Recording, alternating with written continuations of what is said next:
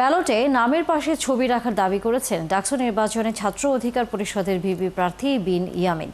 প্রধান নির্বাচনী কর্মকর্তা জানান, শেষ মুহূর্তে এটি সম্ভব নয়। অবশ্য কমিশনে আলাপ করার আশ্বাসও দেন তিনি। অধ্যাপক জসিমউদ্দিন আরও জানান, মনোনয়ন যাচাইয়ের 7টি বিষয়কে গুরুত্ব দিচ্ছেন তারা। শাহিদুজ্জামান সাকিবের রিপোর্ট। ঢাকা বিশ্ববিদ্যালয়ের কেন্দ্রীয় ও হল সংসদ নির্বাচনের মনোনয়নপত্র জমা শেষে চলছে যাচাই বাছাই। কেন্দ্রীয় সংসদে 28টি পদের বিপরীতে মনোনয়নপত্র জমা দিয়েছে 509 জন ও হল সংসদে 13টি পদের বিপরীতে 110109 জন প্রার্থী। মধুর ক্যান্টিনে সংবাদ সম্মেলন করে ছাত্র অধিকার পরিষদ সমর্থিত ডাকসু ফর চেঞ্জ প্যানেল।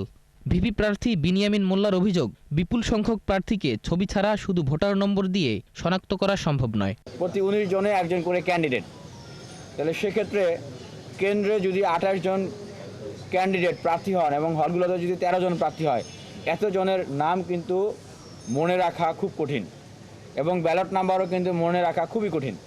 সেক্ষেত্রে আমরা দাবি জানিয়েছি যেন নাম, ব্যালট নাম্বারের পাশাপাশি যারা ক্যান্ডিডেট হবেন তাদের হালনাগাদকৃত স্পষ্ট ছবি যুক্ত করা হয়।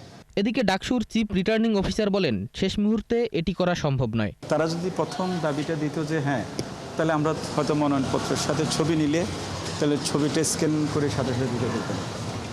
এখন তাদের যে ছবি আছে আমাদের কাছে বলতে ভর্তি অফিসে, সেটা হচ্ছে ফার্স্ট ইয়ারের। এখন সেটা যদি আমরা প্রার্থীর নামের পাশে অ্যাড করতে যাই, তাহলে আপনারা একটু চিন্তা করেন এটা কত বড় হতে পারে। তিনি আরও জানান, একই ফর্মে সমর্থক ও প্রস্তাবকের নাম, হল ও স্বাক্ষর সহ কমিশনের 7টি বিষয় ঠিক থাকা সাপেক্ষে মনোনয়ন বাছাই প্রক্রিয়া চলছে। প্রস্তাবকের হলের নাম, ভোটার ইত্যাদি রেজিস্ট্রেশন যাচাই করব, প্রস্তাবকের স্বাক্ষরটা ঠিক আছে কিনা।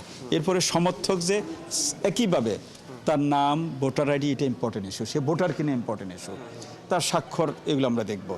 হ্যাঁ, তারপরে হচ্ছে যিনি প্রার্থী একইভাবে ওনার ভোটার আইডি ঠিক আছে কিনা, এটা ইম্পর্টেন্ট ইস্যু।